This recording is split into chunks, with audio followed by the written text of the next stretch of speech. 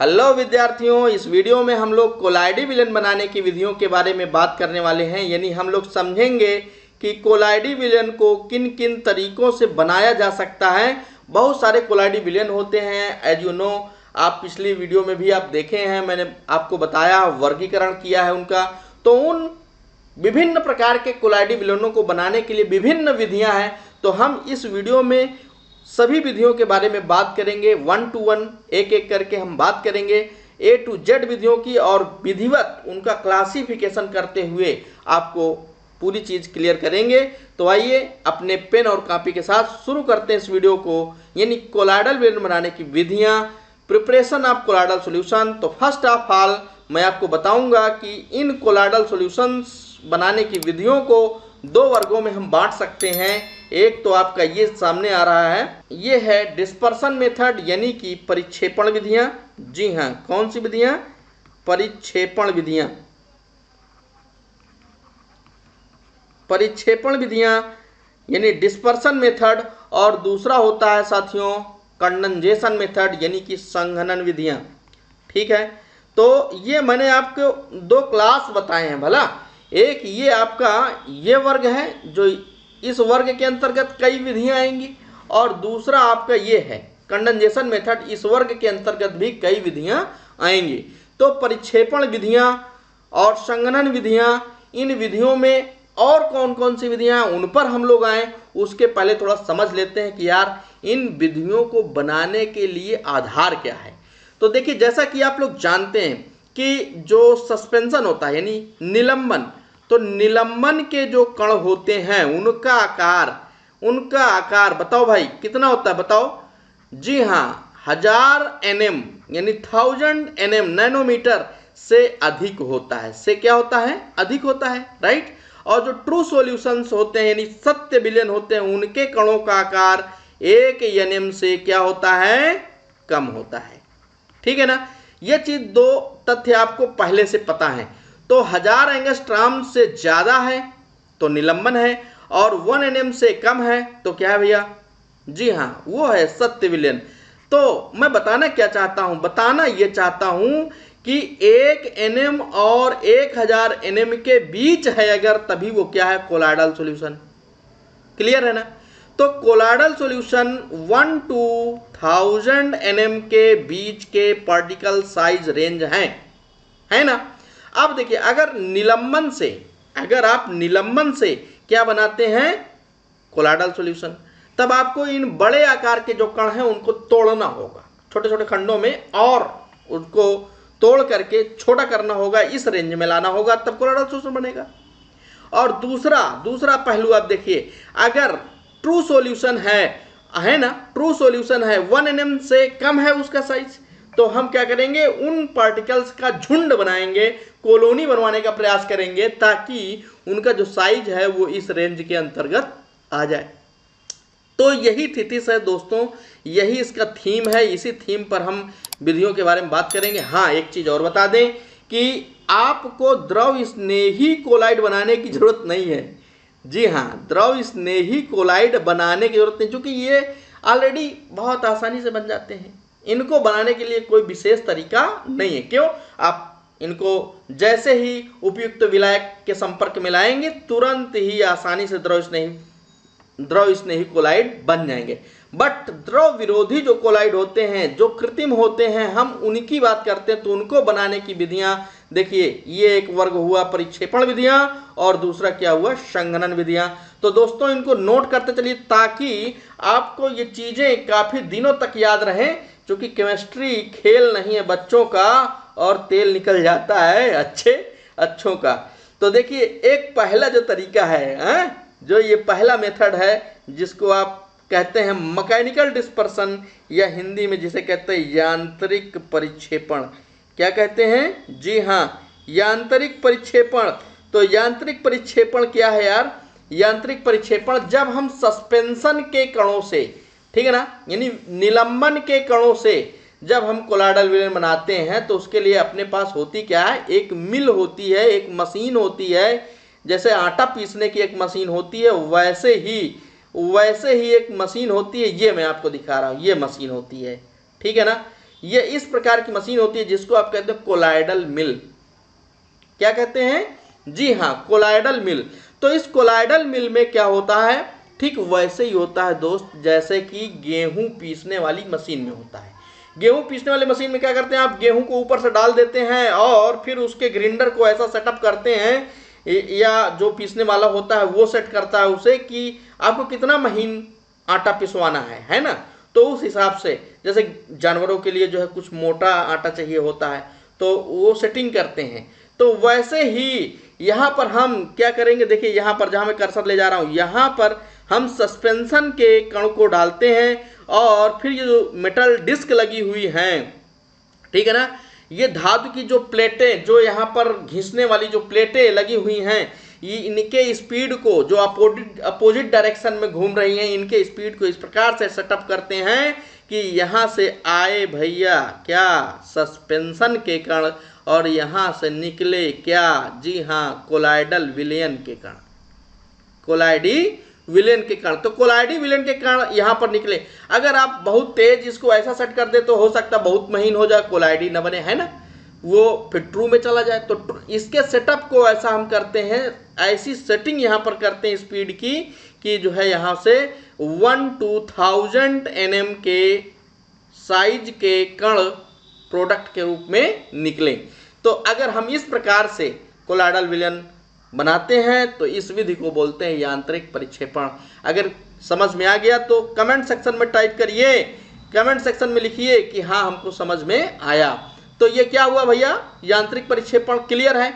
अगर क्लियर नहीं है तो वीडियो को पॉज करिए, थोड़ा बैक जाइए, बैक जाकर फिर से देखिए, ठीक है, और मैं आगे बढ़ता हूँ। अब ये दूसरा जो तरीका है दोस्तों, दूसरा तरीका किसके अंतर्गत, यही डिस्पर्सन मेथड के अंतर्गत जो दूसरा तरीका है उसका नाम है पेप्टाइजेशन, या जिसे कहते हैं आप क्या, पेप्टीकरण। जी हाँ, क्या कहते हैं, पेप्टीकरण। टाइप करिए फटाफट, पेप्टाइजेशन पेप्टाइजेशन पेप्टाइजेशन, ताकि आपको याद हो जाए। पेप्टीकरण क्यों, इतना फोर्स क्यों कर रहा हूं, चूंकि ये इंपॉर्टेंट है, कई बार परीक्षा में पूछा गया, रिपीटेड क्वेश्चन है। पेप्टाइजेशन क्या होता है, बहुत सिंपल, आपको शॉर्ट और सटीक में बताऊंगा, मैं सटीक बताऊंगा, एकदम कम शब्दों में बताऊंगा। पेप्टाइजेशन क्या है, सुनिएगा ध्यान से, कान खोलकर। फ्रेशली प्रिपेयर्ड प्रेसिपिटेट, यानी कि तुरंत जो ताजा बना हुआ अवक्षेप, पीपीटी, पीपीटी मीन्स प्रेसिपिटेट, जो ताजा बना अवक्षेप है किसका, कोलाइडी विलयन का, उसको हम उपयुक्त अभिकर्मक की सहायता से फिर से कोलाइडी विलयन में बदल दें तो इसी को क्या कहते हैं, पेप्टीकरण। क्लियर है? थोड़ा मैं डायग्राम लेता हूँ, एक प्रश्नली ले लेता हूँ ये, और इस प्रश्नली में मैं ये कंसीडर करता हूं कि यहां पर मैंने ताजा अवक्षेप लिया है किसका, कोलाइडल सॉल्यूशन का, कोलाइडल विलयन का, कोलाइडल सॉल्यूशन का, यहां पर ताजा अवक्षेप है दोस्तों। और ये ताजा अवक्षेप को हम क्या करें, इसमें हम कोई उपयुक्त अभिकर्मक मिला दें। क्या मिला दें, उपयुक्त अभिकर्मक, सुटेबल रिएजेंट यहां पर हम मिलाएंगे, उपयुक्त अभिकर्मक। कहां से, यहां से मिला देंगे, उपयुक्त अभिकर्मक मिला दिया। अब जैसे उपयुक्त अभिकर्मक मिलाएंगे देखेंगे ये क्या होगा, पुनः आपका ये पुनः जो है यहाँ पर ये जो होगा ये बन जाएगा colloidal solution. This process is known as peptization. Clear है? अगर परीक्षा में आ जाए पेप्टीकरण क्या कहते हैं, पेप्टीकरण किसे कहते हैं, तो आप ये लिख दीजिए कि जब ताजा बने अवक्षेप में उपयुक्त अभिकर्मक मिलाकर उसे पुनः कोलाइडल विलयन में बदला जाता है तो इस प्रक्रिया को ही क्या बोलते हैं, पेप्टीकरण कहते हैं। थोड़ा उदाहरण दे दूं, जैसे कि मान लो यहाँ पर मान लीजिए AgCl का अवक्षेप है। किसका अवक्षेप है, जी हाँ, AgCl का अवक्षेप है, और इसमें आप HCl मिला देते हैं, तनु HCl, ये उपयुक्त अभिकर्मक होगा, इसको आप मिला देंगे तो यहाँ पर फिर से क्या बन जाएगा, तो यहाँ फिर से क्या बन जाएगा भैया, यहाँ फिर से AgCl का कोलाइडल सॉल्यूशन बन जाएगा। राइट? अब आते हैं तीसरे नंबर पर जिसका नाम क्या है, इलेक्ट्रो डिस्पर्सन, या आप हिंदी में कहेंगे विद्युत परिक्षेपण। क्या कहेंगे, जी हाँ, विद्युत परिक्षेपण। थोड़ा विद्युत परिक्षेपण के सेंट्रल पॉइंट को समझ लीजिए। देखिए इसमें क्या होता है, जो कणों का आकार होता है वो 1 nm से कम होता है दोस्तों। क्या होता है, 1 nm से कम होता है। अब इसमें हम क्या करते हैं, 1 nm से कम के आकार के जो कण हैं उनकी कॉलोनी, उनका झुंड, उनको जो है हम इस प्रकार से प्रोसेस में लाते हैं कि वो क्या हो, वो झुंड बना लें, ठीक है, और उस झुंड का जो साइज हो वो इस रेंज में आ जाए 1-1000 nm के बीच। थोड़ा सा मैं आपको इसे और क्लियर समझा दूं। देखिए यहाँ पर ये मैं एक बीकर ले लिया, ये ठीक है, दिख रहा है ना, ये बीकर आपके सामने, ये बीकर ले लिया और इस बीकर में एक मैं छोटा सा और ये यहाँ पर ये बीकर ले लेता हूँ, रफली बना रहा हूँ, आप समझ रहे होंगे, थोड़ा लाइन तिरछी है लेकिन आप समझ जाइए, ये बीकर है। अब यहाँ पर मैं क्या भर दूँ, इसमें बर्फ़ भर दूँ, राइट, ये बर्फ़ भर दिया, आप समझ लीजिए फटाफट मैं कर रहा हूँ, टाइम तनिक भी नहीं लगेगा। और हाँ, इस प्रकार से आप भी बनाइए, अपने नोटबुक पर बनाइए ताकि आपको वो चीज़ समझ आए, ठीक है ना। ये बर्फ़ भर दिया। अब बर्फ़ भरने के बाद यहाँ पर अगर हम वाटर लिए तो क्या ये वाटर ठंडा नहीं हो जाएगा, बोलिए। ये वाटर भी जो बीकर में भरा होगा ये भी क्या होगा, बिल्कुल ठंडा हो जाएगा। अब इसमें अगर हमको जैसे क्या करना है, जैसे AU का साल बनाना है, किसका, AU मीन्स गोल्ड, AU को मतलब जी हाँ गोल्ड का साल बनाना है। तो अब यहाँ पर गोल्ड की 2 छड़ हम ले लेंगे, ये ऐसे, और इस छड़ को हम इस प्रकार से यहाँ से प्लस और यहाँ से माइनस दोनों को जोड़ेंगे। अब यहाँ ठंडे पानी के अंदर ये क्या होगा, स्पार्किंग आर्क पैदा होगी, ठीक है, चिंगारी उत्पन्न होगी। दोनों को टच करेंगे प्लस माइनस तो चिंगारी पैदा नहीं होगी, हाँ चिंगारी पैदा होगी। और ये चिंगारी पैदा होने से होगा क्या कि ये जो AU की मेटल है, ये राड है, इस राड से जो AU के एटम्स हैं वो क्या होंगे, एटमाइज हो जाएंगे, यानी उनका जो है कणतीकरण हो जाएगा, बहुत छोटे छोटे, यानी बिल्कुल से ये क्या होंगे, पार्टिकल इनके छोटे छोटे बनेंगे। और लेकिन अब देखिए यहाँ पर एक गर्म हुआ चिंगारी, और ये यहाँ पर जो सराउंडिंग है इसका पानी है जो इसके चारों तरफ, वो क्या बहुत ठंडा है। तो इससे क्या होगा, वो जो छोटे छोटे एटम्स होंगे, पार्टिकल्स होंगे, वो क्या होंगे, वो साथ साथ गैदर्ड होकर के, इकट्ठा होकर के एक झुंड का रूप बनाएंगे। और उस झुंड का जो साइज होगा दोस्तों, ये कोलाइडल पार्टिकल रेंज में आ जाएगा। और जब कोलाइडल पार्टिकल रेंज में होगा तो यहाँ पर AU का जो साल बनेगा वो यहाँ पर दिखेगा, यानी कैसियस ऑफ पर्पल यहाँ पर बन जाएगा। जी हाँ, एक देखिए ये बहुत इंपॉर्टेंट वर्ड मेरे मुंह से निकला, Cassius of purple, this is the name of AU साल, राइट। अगर बहुविकल्पी क्वेश्चन आ जाए, MCQ टाइप क्वेश्चन आ जाए कि कैसियस ऑफ पर्पल किस धातु का साल है, तो आप क्या लिखोगे, AU के साल को क्या बोलते हैं, कैसियस ऑफ पर्पल।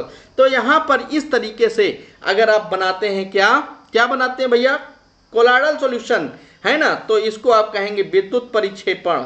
कौन सी विधि कहेंगे, विद्युत परिक्षेपण या इलेक्ट्रो डिस्पर्सन। हाँ, इसको एक और नाम देते हैं, चूंकि ब्रीडिग नामक वैज्ञानिक ने इसको किया था, तो इसलिए इस विधि को ब्रीडिग आर्क विधि भी कहते हैं। क्या कहते हैं, ब्रीडिग आर्क विधि, ठीक है, आर्क माने चिंगारी, ठीक है, विधि, तो ब्रीडिग आर्क विधि से ये क्या बन गया, आपका कोलाइडल सॉल्यूशन बन गया। तो देखिए मैंने आपको बताया कि परिक्षेपण विधियों के अंतर्गत, डिस्पर्सन मेथड के अंतर्गत ये 3 तरीके हैं, है ना, और इन तीनों तरीकों को किस प्रकार से आप बता सकते हैं, वो यहाँ पर स्पष्ट हो रहा है, ठीक है। अब दोस्तों ये परिक्षेपण विधियों के बाद, किन विधियों के बाद, जी हाँ, परिक्षेपण विधियों के बाद अब मैं आपको बता देता हूँ, ये जो संघनन विधि है ये 2 प्रकार की होती है। यहाँ 2 हम क्लास बना सकते हैं, क्या, कितना बना सकते हैं, 2 क्लास। एक तो केमिकल मेथड भैया, रासायनिक विधि, है ना, ये रासायनिक विधि केमिकल मेथड, और दूसरा क्या, दूसरा ये भैया फिजिकल मेथड्स यानी भौतिक विधियाँ। तो भौतिक विधियाँ भी हो सकती हैं कुछ, और कुछ केमिकल विधियाँ किसके अंतर्गत, कंडेंसेशन मेथड के अंतर्गत। तो कंडेंसेशन मेथड में आइए हम लोग आगे एक एक विधि को लेते हैं और उसको डिटेल समझते हैं। तो अगले पेज पर आते हैं। तो पहला हम बात करेंगे केमिकल मेथड्स यानी रासायनिक विधियाँ। कौन सी विधियाँ, जी हाँ, रासायनिक विधियाँ। तो मैं अब आपको बता रहा हूँ रासायनिक विधियाँ। तो रासायनिक विधियाँ देखते हैं। पहली जो विधि है वो है ऑक्सीडेशन मेथड, जिसको आप कहते हैं ऑक्सीकरण विधि। कौन सी विधि कहते हैं, जी हाँ, ऑक्सीकरण विधि। तो ऑक्सीकरण विधि में क्या होता है, ध्यान सुनिएगा। ऑक्सीकरण जितने भी अधातु के साल हैं, नॉन मेटल के जो साल हैं, अधातु के साल, okay, like as sulphur, like as iodine, है ना। तो इनके जो साल बनते हैं वो ऑक्सीकरण विधि द्वारा बनते हैं। देखिए कैसे, जैसे कि मैं H2S ले लेता हूँ, ठीक है, H2S। अब इसमें अगर हम SO2 का रिएक्शन करा दें दोस्त, यहाँ पर इसके 2 मॉलिक्यूल ले लें, तो जानते हो क्या होगा, H2S में जो S है इसका ऑक्सीडेशन हो जाएगा और ये कन्वर्ट हो जाएगा H2O में दोस्त, ठीक है, H2O बन जाएगा ये 2H2O, और कन्वर्ट हो जाएगा ये 3S बनेगा, यानी कि आपका बन जाएगा कोलाइडल सॉल्यूशन, सल्फर का ये साल बन जाएगा, राइट। तो अगर अपने को अधातु के साल बनाने हैं, है ना, like as sulphur, like as iodine, तो हम ऑक्सीकरण विधि का उपयोग करते हैं। इस प्रकार से ऑक्सीडाइज करके उन्हें क्या बना लेते हैं, हम उस अधातु का साल यानी कोलाइड बना लेते हैं। क्लियर। आइए दूसरे विधि की ओर चलते हैं। दूसरे विधि का नाम है रिडक्शन मेथड यानी अपचयन विधि। ऑक्सीकरण का उल्टा दोस्त अपचयन, है ना। तो अधातु का उल्टा, जी हाँ, अधातु का उल्टा धातु। तो धातु के जितने भी साल होंगे, एक बढ़िया पैटर्न मिल रहा है कि नहीं।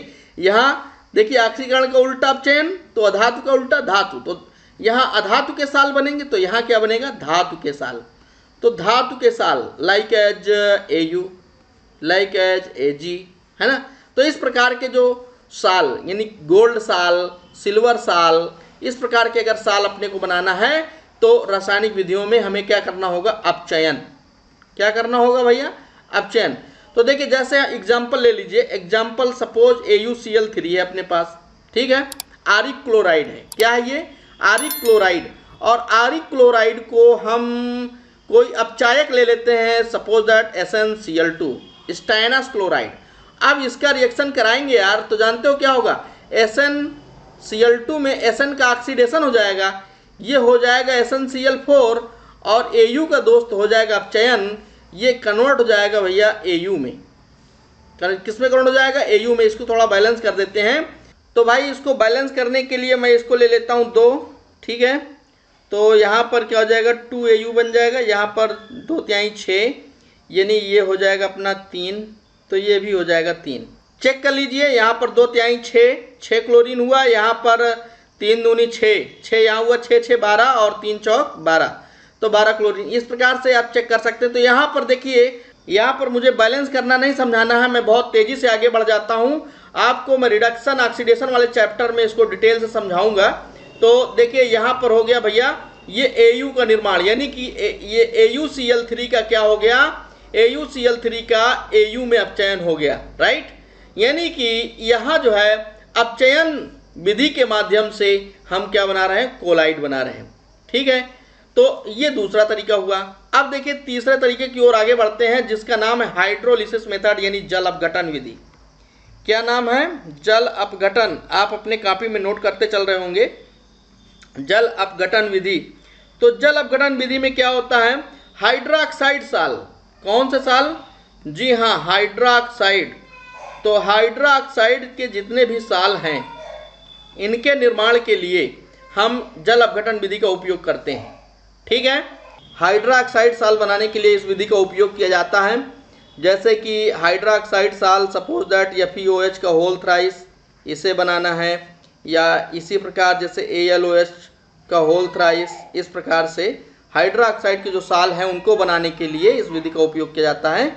अब मैं आपको बता देता हूँ, जैसे कि हमारे पास है FeCl3, है ना। FeCl का जब आयनन होगा तो क्या बनेगा, FeCl का आयनन होगा तो बनेगा Fe3 प्लस 3Cl माइनस, ये बन जाएगा।